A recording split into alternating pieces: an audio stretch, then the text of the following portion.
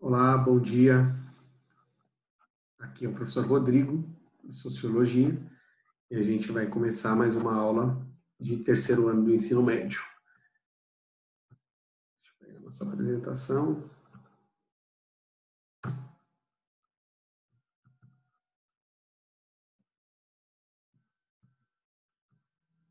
Nosso slide está aqui para nos ajudar. Espero que todos estejam vendo. Bom, vamos lá.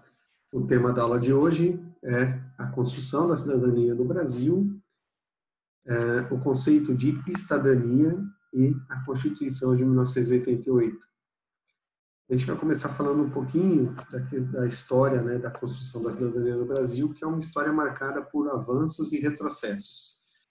Então, coloquei algumas imagens aqui, as de cima mostram alguns avanços que a gente tem na nossa cidadania, na questão da obtenção dos direitos, e embaixo situações que retratam retrocessos na história do Brasil em relação aos direitos.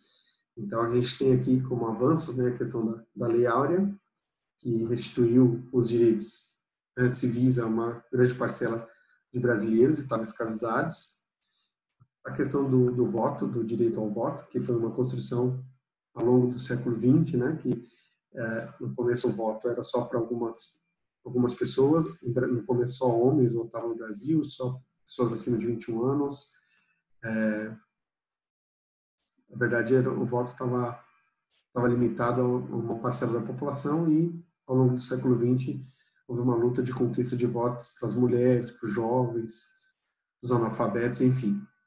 A gente tem aqui a carteira de trabalho, né, as leis trabalhistas, a garantia dos direitos sociais, e também temos a Constituição de 88, que vai ser um tema, né, da nossa aula de hoje também. A gente vai entender em que contexto essa Constituição ela surgiu, ela foi realizada. E aqui a gente tem embaixo, né, os retrocessos na nossa história em relação à questão dos direitos. Somos um país que tem séculos de escravidão na nossa história. A gente depois tem um processo que a gente passou de algumas ditaduras, né, que estão representadas nessa ideia aqui de alguns militares aqui batendo em uma pessoa, num manifestante. Tivemos a questão da ditadura no período Vargas, depois a ditadura militar. Temos uma imagem que aí é mais recente, né, dos anos 90, 80, 90, 92 para ser mais exato, do massacre do Carandiru, quando mais de 100 presos foram mortos, foram assassinados numa invasão a um presídio que ficava aqui na zona norte de São Paulo, hoje não existe mais, mas uma execução sumária, né, de detentos dentro dessa cadeia aí. Um corredor cheio de sangue aqui, né, e as celas aqui. E algo nosso contemporâneo, algo recente, de algumas semanas atrás, de pessoas que saíram às ruas, né, no Brasil, em algumas cidades do país, pedindo a volta do AI-5, que a gente vai estudar um pouquinho ainda hoje, o que representou na época, e algumas pessoas hoje estão pedindo a volta das medidas que ocorreram no AI-5. A gente vai falar disso um pouco mais para frente. Bom, esse retrocesso, esses avanços e retrocessos, né, na questão da cidadania no Brasil, são estudados por vários historiadores, por vários sociólogos, que tentam entender o porquê que isso acontece. Né? Uma dessas teorias, os conceitos que foram construídos a partir disso, da análise dessa questão da conquista dos direitos do Brasil, ela foi formulada por um historiador mineiro chamado José Murilo de Carvalho, e ele vai falar que no Brasil a gente não vive uma cidadania, a gente vive uma estadania. O que ele quer dizer com isso? Os estudos que ele realizou, né, a partir da questão dos direitos que foram conquistados, mostram que a conquista desses direitos não foram frutos de uma mobilização popular, de uma luta das pessoas para atingir esses direitos, mas que foram sim uma concessão do Estado, a partir dos interesses das classes dominantes, das classes políticas e socioeconômicas dominantes. Então, fiz até um desenho aqui para a gente entender melhor, né? Aqui embaixo os cidadãos, em cima o Estado, e aqui os direitos que são dados de cima para baixo, pelo Estado, a partir dos interesses das classes dominantes, das classes socioeconômicas, das classes políticas, e para cidadãos que são desinteressados, que não têm interesse pela discussão da coisa pública, pela discussão da política, enfim. Então, esse conceito de cidadania quer dizer isso, né? Que no Brasil, os direitos não são frutos de uma luta das pessoas pelos seus direitos, mas sim por uma concessão, uma doação do Estado que oferece esses direitos de acordo com os interesses. Para a gente entender melhor como essa cidadania se aplica, eu citei 2 exemplos aqui, né? A abolição da escravatura, que teve, assim, né, ocorreu também por parte de um movimento abolicionista, né, que pedia, que protestava, que solicitava que os escravos fossem libertados, que se terminasse a escravidão, mas na verdade a gente já estudou, vocês devem ter estudado na aula de história, foi fruto muito mais de uma pressão externa, né, uma pressão política por parte de outros países, principalmente da Inglaterra, que tinham interesse em que os escravos fossem libertados, se tornassem cidadãos livres, mão de obra assalariada para se tornar um mercado consumidor, né, dos produtos manufaturados da Inglaterra, e que também pudessem servir de mão de obra barata para a exploração das matérias-primas dos seus países de origem, na África. Então, os países europeus, né, colonizaram os países africanos no final do século XIX para extrair as matérias-primas que seriam usadas na indústria nascente. E era interessante que essas pessoas não virassem escravos na América, mas se mantivessem nos próprios países de origem para se tornar mão de obra barata para exploração. Outro exemplo que pode ser usado nessa questão da cidadania foi a questão da consolidação das leis do trabalho, né, que ocorreu durante a era Vargas. Getúlio Vargas foi o chamado pai dos pobres, ele que criou as leis, né, do trabalho, a carteira de trabalho foi criada nessa época, e qual que era o interesse, na verdade? Era fazer com que essa classe trabalhadora ela tivesse controlada pelo Estado por meio dos sindicatos, né? Os sindicatos foram permitidos desde que atuassem de acordo com as regras do Estado. Qual era o objetivo? Controlar, manipular as massas, vão conceder alguns direitos para que eles não se organizem independentemente, não se revoltem e, de repente, tenham o risco de provocar uma revolução comunista no Brasil, assim como tinha ocorrido em outras partes do mundo, na Rússia, por exemplo. Então, percebe, né? São concessões do Estado, são direitos que são dados pelo Estado para preservar os interesses das classes dominantes, ok? Bom, um dos poucos momentos da história brasileira em que a gente pode dizer que os direitos foram conquistas, né, de uma luta popular, né, da mobilização popular, foi justamente a Constituição de 88. E, na verdade, veio como uma resposta, né? A Constituição de 88 veio como resultado de um processo de redemocratização que buscava né, responder a uma série de desmanche de direitos, de arbitrariedade de crime que tinha ocorrido durante os 21 anos de vigência da ditadura militar no país. Então, eu coloquei aqui, né, um histórico, né, de medidas que foram tomadas durante o regime militar que foram reduzindo, foram extraindo, tirando os direitos que existiam até então, né? Os direitos políticos, direitos civis. Eu não vou passar um por um, depois vocês podem consultar aqui, né? O que foram os atos institucionais que foram medidas tomadas pelos presidentes militares para controlar, para reprimir a sociedade. O golpe militar, né, ele aconteceu em 64, talvez não seja o caso de se aprofundar muito, porque vocês já estudaram isso em algum momento, né? Havia a ideia por parte dos militares que o governo João Goulart representava uma ameaça comunista e que era preciso tirá-lo do poder. Bom, de 64, né, em diante, atos institucionais foram dando mais poder para o regime militar e tirando os direitos da população de modo geral, principalmente daqueles que se colocavam contra o regime.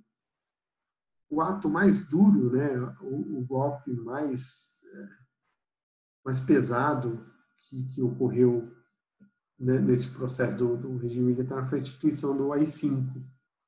O AI-5 foi decretado como uma resposta aos protestos sociais que aconteceram em 68. O movimento estudantil se mobilizou, o movimento operário, e foram às ruas, né, nos anos 68 para exigir o fim do regime militar, a restituição da democracia, e em resposta a isso, o governo militar instituiu o ato institucional 5, que tinha, entre outras medidas, o fechamento do Congresso Nacional, a intervenção do presidente do governo federal nos estados e municípios, a cassação de mandatos políticos de deputados, senadores, vereadores, a suspensão de direitos políticos dos cidadãos, decretação de estado de sítio, né, sem aprovação do legislativo, apreensão de recursos dos cidadãos, proibição do direito de habeas corpus àqueles que fossem acusados de cometer crimes políticos, ou seja, a pessoa que fosse condenada pelo regime militar, ela não tinha o direito de responder em liberdade, ela era sumariamente presa, e a desobrigação do governo militar de ter que explicar à justiça qualquer ação realizada com base no AI-5. O governo militar colocou como responsabilidade da justiça militar o julgamento desses casos, ou seja, todas essas medidas, né, elas reforçaram a repressão, reforçaram o autoritarismo do regime militar. E a partir daí a gente, né, foram 10 anos, os 10 anos que se seguiram foram chamados anos de chumbo, né, marcados pelo acirramento do autoritarismo, da repressão, e que se expressava na censura, órgãos de imprensa, perseguição, prisão e tortura, todos aqueles que eram contrários ou considerados inimigos pelo regime militar. Então foi uma época bastante complicada da nossa história, né? 10 anos os anos de chumbo, os anos de muita repressão, muita morte, tortura, pessoas que desapareceram e até hoje os familiares não têm notícia, não sabem dizer o que aconteceu com elas. Enfim, esse quadro todo começou a se alterar somente a partir de 78, com a revogação do AI-5 e a decretação da Lei da Anistia, em 1979, que perdoava os crimes políticos, né? Que era considerado como crime político pelos militares, e aí vários artistas, vários intelectuais que haviam se exilado do país, haviam morado fora, começaram a voltar para o Brasil. No entanto, essa reabertura do país, né, o fim do regime militar, ele foi um processo que se alongou ainda por mais alguns anos, né, e ocorreu de forma lenta e controlada por parte dos militares. Os militares não largaram de vez o osso, né, eles foram fazendo de uma forma que esse processo fosse gradual e controlado. Bom, em 1982 ocorreram as eleições diretas para os governos dos estados. Então, pela primeira vez, os governadores voltaram a ser eleitos de forma direta pelo povo, e isso impulsionou um movimento, né, um processo de redemocratização expresso no movimento chamado de Movimento Direta Já, que ganhou muita força em 83 e 84, que pedia, exigia que as pessoas também pudessem voltar a votar diretamente para o presidente, o que não acontecia desde 1960. A gente tem algumas imagens, né, da luta das diretas já. A gente vê aqui alguns artistas, jogadores de futebol, personalidades que encabeçaram esse movimento e mobilizaram milhões de pessoas, né, em passeatas, em comícios por todo o Brasil, exigindo a volta da eleição direta para presidente. Esse movimento ele foi bastante, exerceu uma pressão muito grande para que essa redemocratização, enfim, ocorresse, né?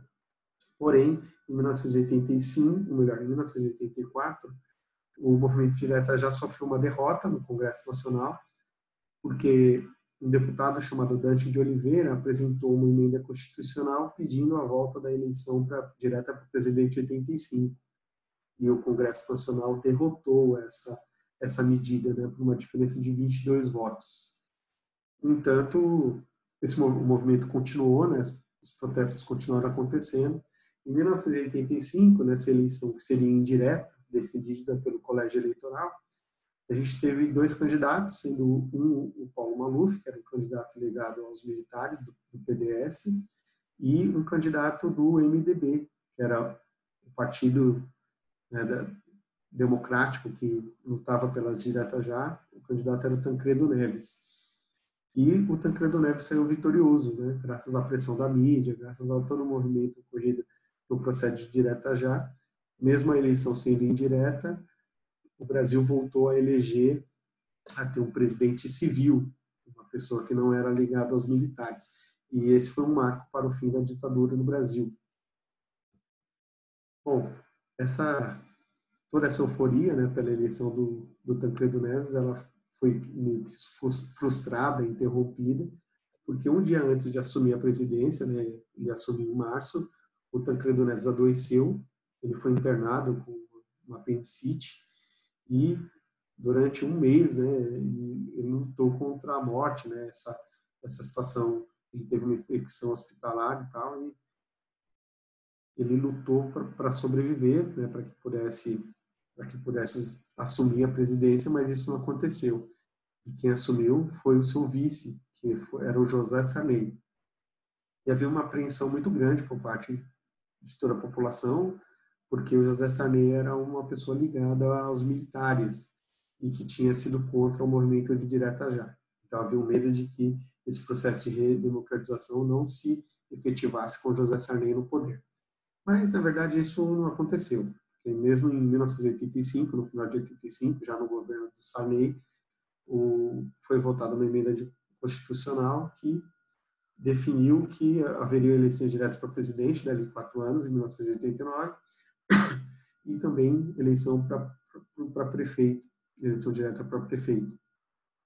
Também, essa emenda também definiu que os maiores de 16 anos podiam votar e também os analfabetos, que nunca tinha acontecido na história do país. No ano seguinte, né, em 1986, ocorreram as eleições para governador, senadores e deputados, ou seja, o povo foi às ruas e elegeu os novos governadores dos estados e o Congresso, né, o poder legislativo que iria governar o Brasil ajudar a governar o Brasil pelos próximos 4 anos. Todos os senadores e deputados que foram eleitos em 86, eles formaram a Assembleia Nacional Constituinte, que era o grupo responsável por fazer uma nova Constituição. Então, essa Assembleia Nacional Constituinte assumiu em 1987 e, por um ano, trabalhou na formulação da nova Constituinte. E quem liderou esse processo, né, o presidente da Assembleia Nacional Constituinte, foi o político Ulisses Guimarães, que havia lutado também pelo movimento de direta já. É bom se observar e se destacar, né, que essa Constituição, esse processo de discussão da formação da nova Constituinte, teve pela primeira vez na história do país uma forte participação, mobilização e participação de grupos populares, através de associações, sindicatos, ativistas, comitês. Esses congressistas contaram com a participação do povo, né, com a mobilização popular para formular a nova Constituição. E aí, o que resultou, né? Qual foi o resultado da Constituição de 88? Ela foi, né, promulgada em 1988 e ela foi um marco, né, para a reimplementação de um regime democrático no Brasil. E além de instituir os direitos que haviam sido retirados durante o período do regime militar, a Constituição de 88 ela também se aprofundou em várias questões sociais, né, que não haviam aparecido antes nas leis brasileiras, e também ela é bastante avançada na questão dos direitos das minorias. Então, é por isso que a Constituição de 88 ela é chamada de Constituição Cidadã. Uma Constituição que busca não só restituir os direitos civis e políticos, mas também aprofundar os direitos sociais. E ela é uma das constituições mais avançadas do mundo. Ok? Então, ela foi um marco muito importante para a questão, para a construção da cidadania, e até hoje a gente, né, as leis que regem o Brasil são leis da Constituição de 88. Então, o que nos, né, paralelamente a isso, a reflexão que nos resta fazer é por que uma Constituição é tão avançada, né, do ponto de vista formal, que ela é tão importante e tem tantos direitos sociais e para as minorias, por que na prática ela não é, né, ela não funciona? Isso a gente já tem feito essa reflexão e na próxima aula a gente vai falar um pouco dessa diferença entre a questão da cidadania formal e a cidadania real. Um assunto da próxima aula. Fica por fim a reflexão, né, de que algumas pessoas, né, estão protestando hoje e indo às ruas pedindo, né, a volta do AI-5, e na verdade seria um retrocesso em relação a todas as conquistas da Constituição de 88. Então a gente tem que ficar bem atento, né, em relação a isso. Tá ok? Então a aula de hoje termina por aqui. Um grande abraço e até a próxima aula.